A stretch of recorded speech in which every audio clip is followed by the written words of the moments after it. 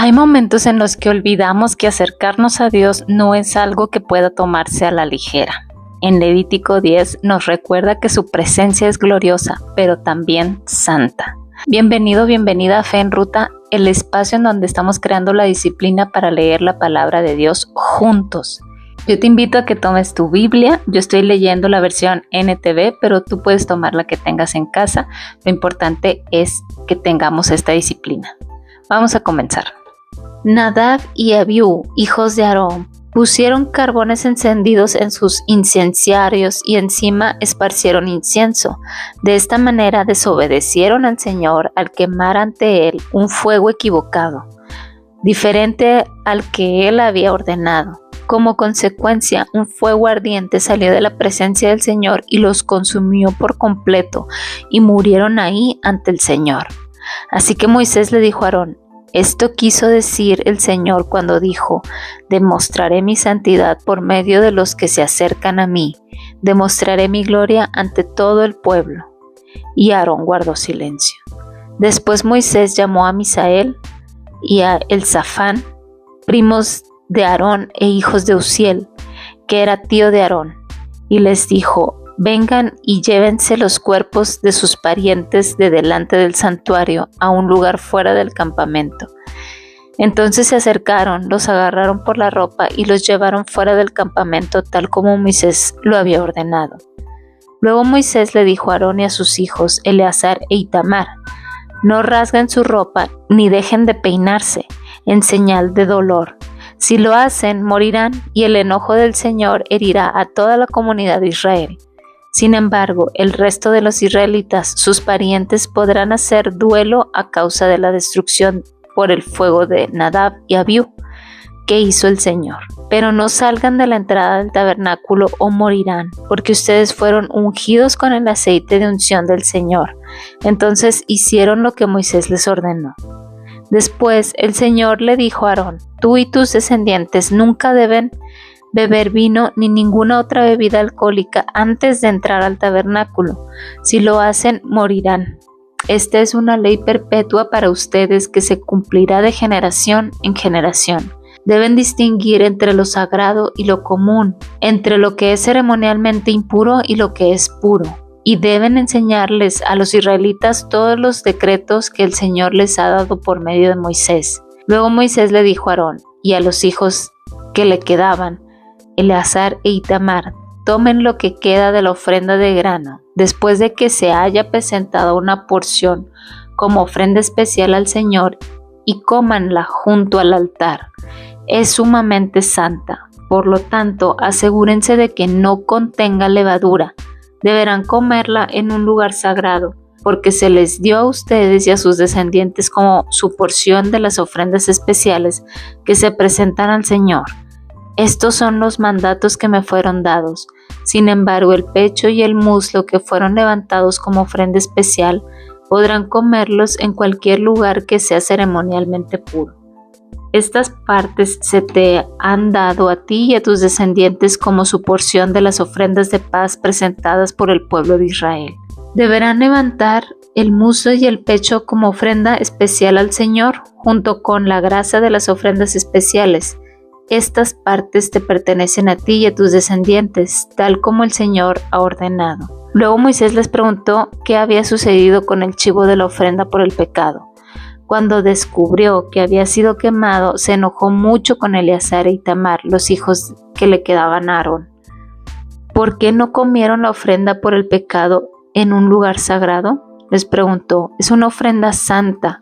El Señor se la dio a ustedes para quitar la culpa de la comunidad y purificar al pueblo y hacerlo justo ante el Señor. Puesto que la sangre del animal no fue llevada al lugar santo, ustedes debieron haberse comido la carne en el lugar sagrado como lo ordené. Aarón le contestó a Moisés: hoy mis hijos presentaron al Señor tanto su ofrenda por el pecado como su ofrenda quemada. No obstante, me ocurrió esta tragedia. ¿Le había agradado al Señor si yo hubiera comido la ofrenda por el pecado del pueblo en un día tan trágico como este? Cuando Moisés escuchó esto, quedó satisfecho. Amén. Y bueno, después de leer este capítulo, el capítulo 10 de Levítico, yo no puedo dejar de pensar en algo muy profundo, que a lo mejor a ti también igual te pasó la primera vez que lo leíste, pero viendo esto, lo que le pasó a Nadab y a Abiú al principio, pues uno puede pensar, yo pensaba como de una forma muy humana, muy coloquial, que pues era pues su primera chamba, ¿no? La primera equivocación que ellos tenían, pues eran las primeras veces que ellos hacían todo este proceso y pues puede haber margen de error, ¿verdad? Y yo era lo que pensaba, pues era apenas estaban empezando, pues ellos podían tener algún error, ¿no? Se estaban acoplando, etcétera. Pero realmente no es así, tiene un trasfondo más importante, porque no fue un descuido o una confusión de entre tantas instrucciones que Dios les dio. No, o sea, ellos no era que su intención quisieran hacerlo bien, pero algo les falló y pues al final salió mal. No fue así, era algo más profundo. Y pues recordemos, vamos a tener un poco de contexto. El libro de Levítico su esencia es que Dios quiere sacar a Egipto del corazón de los israelitas. Él quiere sacar todas esas costumbres, porque vivieron ahí 400 años, o sea, muchas vidas, ¿no? Muchas generaciones pudieron haber pasado con estas costumbres, con estas prácticas y formas de pensar también, las maneras egipcias de hacer las cosas. Y aunque físicamente salieron de Egipto, muchas de esas costumbres y de ese pensamiento pues todavía seguía muy arraigado en su corazón. Por eso Levítico insiste una y otra vez en las instrucciones precisas que Dios les daba, primero a Moisés, y Moisés las pasaba a Aarón y a sus hijos y así y al pueblo. De repente sí puede ser como un poco cansado de que esto ya lo repitió y esto ya lo dijo y otra vez lo estamos viendo aquí y otra vez, pero precisamente era por eso. Si tú te preguntas por qué tanta repetición, era precisamente para esto, para evitar confusiones, para evitar errores, para que precisamente Dios pudiera acercarse a ellos, enseñarles de la manera en que Dios quería que se hicieran las cosas, no como ellos estaban acostumbrados, no como ellos quisieran, sino como era exactamente lo que Él quería, lo que Él establecía. De esa forma iba a sacar a Egipto de su corazón, del corazón de los israelitas, de la manera en que como hacían las cosas, ¿no? Entonces en el capítulo dice que Nadab y Abiú tomaron carbones encendidos y los pusieron en sus incenciarios y pusieron incienso sobre ellos y lo llevaron delante del Señor con un fuego equivocado, un fuego extraño, algo que Él no les había ordenado. Y eso nos revela algo muy fuerte, porque la desobediencia casi nunca empieza en la acción. La desobediencia empieza en el corazón, porque después de tantas instrucciones claras y de todo lo que tenía que hacer y todo, o sea, ya no era ignorancia, no era porque no sabían, había una intención detrás y tal vez ellos quisieron hacerlo a su manera, tal vez ellos no le tomaron tanta importancia y dijeron, da igual si pongo esto aquí o el fuego o primero esto y luego lo otro. Puede ser que incluso ellos quisieron añadir las propias costumbres egipcias que ya tenían. No sabemos con exactitud a qué se refiere ese fuego extraño, pero lo que sí sabemos, porque lo dice en su palabra, es que desobedecieron y Dios vio su actitud. Dios vio la intención que tenían en su corazón. Y cuando Moisés le dice a Aarón, esto es lo que el Señor quiso decir cuando dijo, demostraré mi santidad por medio de los que se acercan a mí. Aarón guardó silencio. Esto debe de impactarte muchísimo porque como padre, a lo mejor tú has pasado por esta situación. Has pasado por esta situación o a lo mejor no con un hijo, pero con un familiar cercano que quieres mucho. Es un dolor inmenso, es un dolor realmente indescriptible, pero él guardó silencio y eso revela que él entendía que Dios estaba actuando con justicia. Porque no era algo que de repente Dios, una mañana estaban todos trabajando y él se enojó y mató a todos. No. Había instrucciones que repitió una y otra vez, muchas veces, y ellos pues desobedecieron, ¿sí? Y a veces el guardar silencio delante de Dios también es una forma de reconocer que Él sigue siendo santo aun cuando nosotros no entendemos todo lo que pasa a nuestro alrededor o su plan. Y nos confronta mucho el día de hoy porque ya no vivimos bajo ese contexto literal. Sí, seguimos siendo llamados a honrar la santidad de Dios, pero ahora tenemos a Cristo y gracias a Cristo tenemos gracia, misericordia, paciencia. Y eso no significa que Dios haya dejado de mirar nuestro corazón. Él sigue viendo nuestras intenciones, Él sabe cuando obedecemos por amor, Él sabe cuando estamos luchando y cuando fallamos genuinamente. Él también sabe cuando simplemente decidimos hacerlo a nuestra manera. Las cosas de Dios no son un juego, no son negociables. Si el Señor te está diciendo hazlo así, es porque pues nosotros debemos responder sí, Señor, y ya, o sea, no hay nada más, hay que obedecer. No hay una obediencia parcial o la mitad, o bueno, en esto sí, pero en esto no, o sea, es en todo, en cómo hablamos, en cómo tratamos a los demás, en nuestras decisiones, en aquello que justificamos porque parece no tan grave. Dios nos llama a la santidad. Y también quiero hacer un pequeño paréntesis en esto porque hasta pareciera que si no hacemos lo que Dios nos dice nos va a castigar o nos va a matar. Y eso no es así. O sea, Dios nos dio muchas oportunidades antes para que tú te dieras cuenta de lo que está mal, que vamos a hablar en un momento más de eso. Te das cuenta de lo que está mal y tú aún así lo haces, entonces vives las consecuencias de eso que hiciste o decidiste mal. Ya te digo, si tú no tenías conciencia de eso, si tú no sabías, pues bueno, como quiera, pues toda acción tiene consecuencias, pero no debes de pensar que Dios te está castigando. Y luego todavía más cuando Dios te está dando instrucciones repetidas, precisas, con mucho tiempo antes, y tú aún así decides hacerlo a tu manera, entonces ahí ya hay una intención mala, o sea, ya la intención, el deseo de tu corazón no es santo, no es para Dios.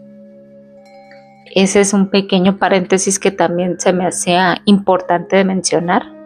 Nuestro testimonio importa, porque especialmente a los que tenemos cerca hay que servirles con amor y al servirles estamos hablando de Dios. Muchas veces la gente va a conocer a Dios por lo que ve en nosotros.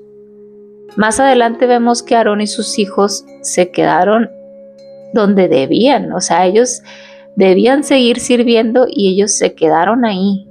Moisés les dijo que no se detuvieran y ellos hicieron caso y siguieron a pesar del dolor, porque pues Aarón, su papá, perdió a dos de sus hijos. No es fácil a la edad que tengan tus hijos, no es fácil perder a uno, pues imagínate a dos, ¿no? Entonces les dijo, no rompan sus vestiduras, no se despeinen, o sea, lo que quería decir era que no abandonaran su servicio, debía continuar.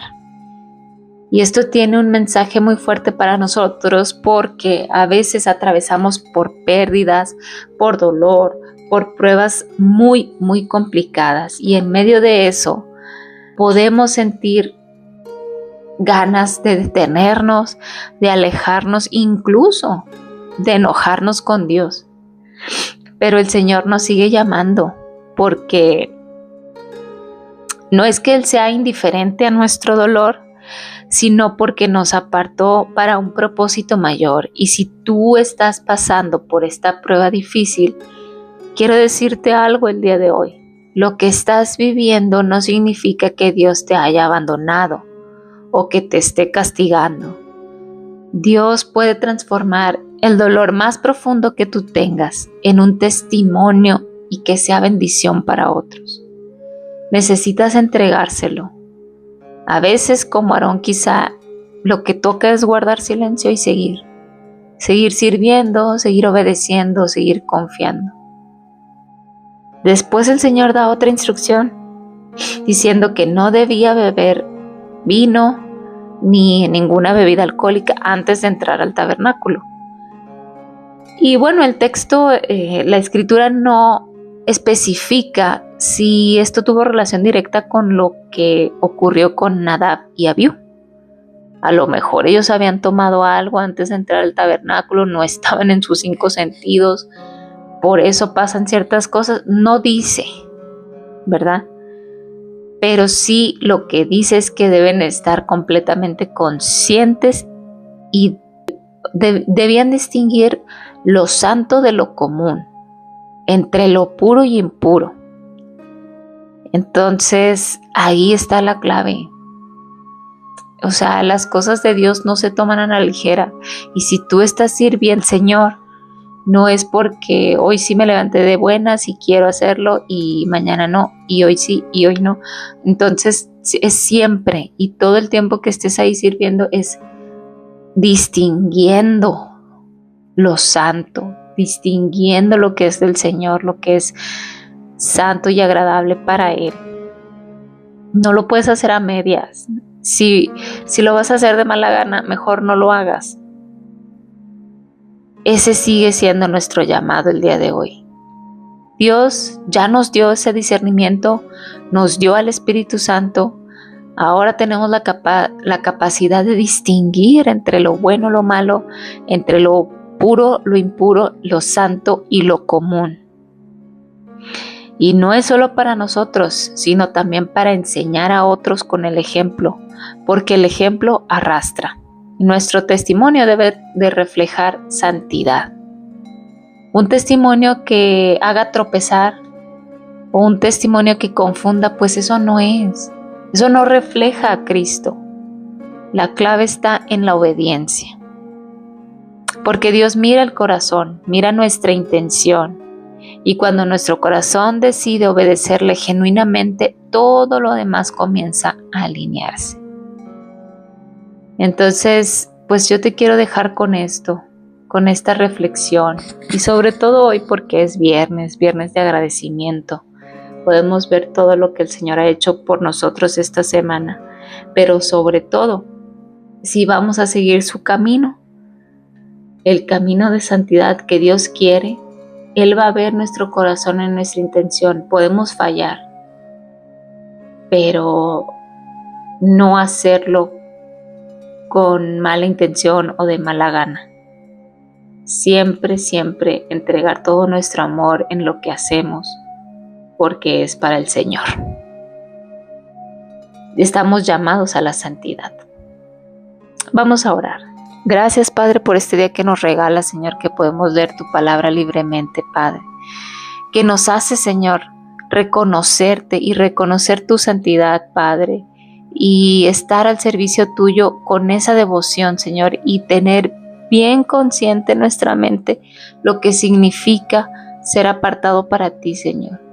Y aún así, en medio de la prueba más difícil que esté pasando la persona que escucha esto, que piensa que no hay salida, Señor, que no ve esa luz, Padre, en medio de ese dolor, tú estás obrando, Señor, y nos pides que nos enfoquemos más en ti, en lo que es santo, en lo que es puro, en esa ofrenda que debemos darte con todo nuestro amor, Señor.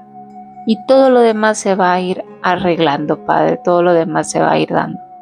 Yo sé que pueden haber pruebas muy difíciles, Padre, y yo te pido que estés con la persona que está escuchando esto, si su prueba es muy difícil, Señor, que la abraces, que estés con él, con ella, y que ella pueda sentir o él pueda sentir que hay una salida, Señor, pero de estar bien enfocados en ti, en tu voluntad, en Cristo, en lo que tú quieres, Padre. Danos ese discernimiento, que tu Espíritu Santo nos llene de sus frutos y podamos ver, Señor, más allá, en ese plan eterno que tienes para nosotros. Gracias, Señor, porque podemos llegar a este día viernes, que el fin de semana sea para glorificar tu nombre, Padre, y que pues todo sea conforme a tu voluntad, Señor. Gracias por cada bendición que nos has dado esta semana. Seguimos en tus manos, Padre, en el nombre de Cristo Jesús. Amén. Y yo estoy muy feliz porque ya terminamos una semana más leyendo la palabra del Señor.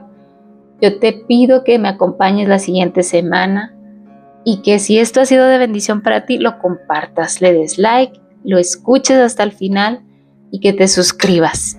Que este fin de semana sea muy bendecido y nos escuchamos el próximo lunes.